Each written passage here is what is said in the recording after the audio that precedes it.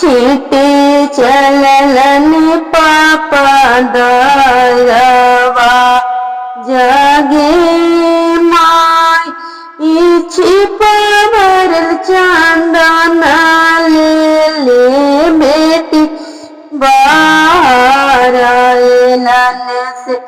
छीटे चललन पापा दरवा जगे सारी संपत्तिया बेटी तोहरा के दिहाली से मुखाउन बोला थीन दामाद गे बेटी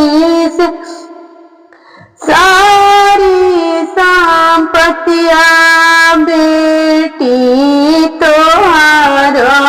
के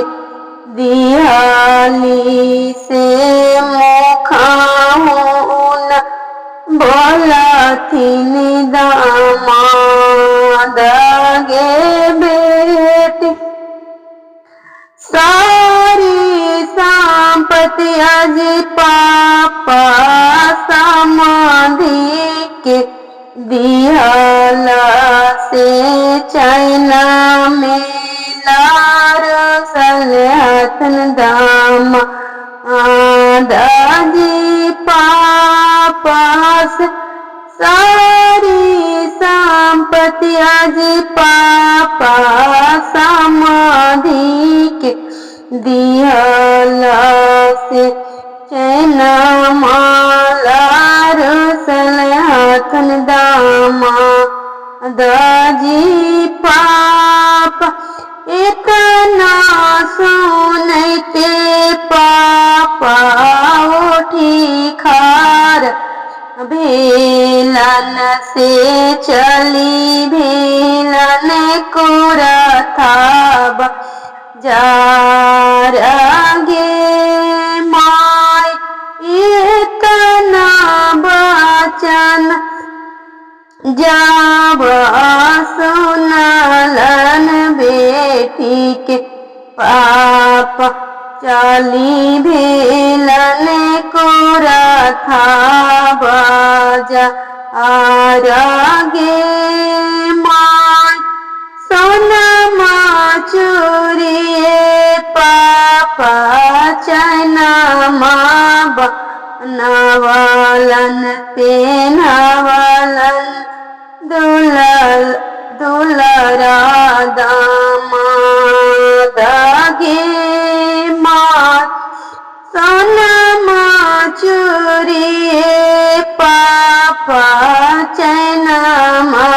गरवालन से पेनवालन दुलरा दामाद गे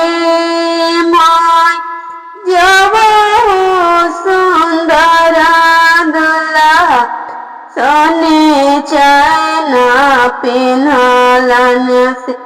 झुकी झुकी कैलन परिणाम गे माई जब दरा दुल्हा सोने चैना पिन्हलन से झुकी झुकी कैलन परिणाम मागे माए